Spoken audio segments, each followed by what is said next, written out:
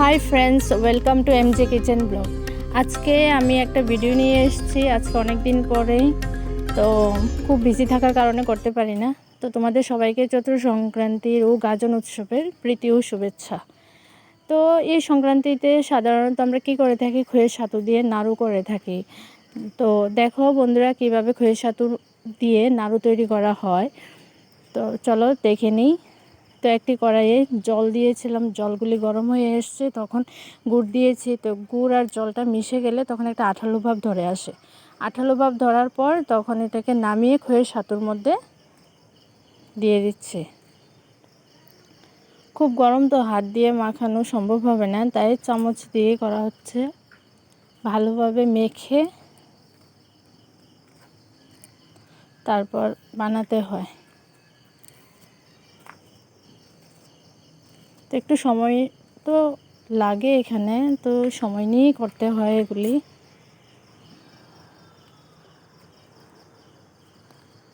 এই যে আজকে আমরা 3 জন বসেছি বানানোর জন্য। আমি, আমার শাশুড়ি মা, আমার যা, 3 জন মিলেই তৈরি করব। তো ভালোভাবে মেখে নেওয়া হচ্ছে।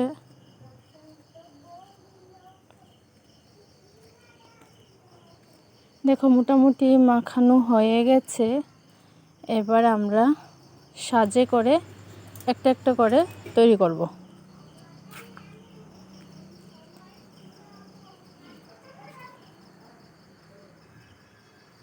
এভাবে ভালোভাবে চেপে চেপে সাজে চেপে চেপে করতে হবে, না হলে ফুলগুলি আসবে না। এই দেখো একটা তৈরি হয়ে গেছে। তো এইভাবেই একটা একটা করে সবগুলি আমরা করে নেব। মোটামুটি শেষের পথে।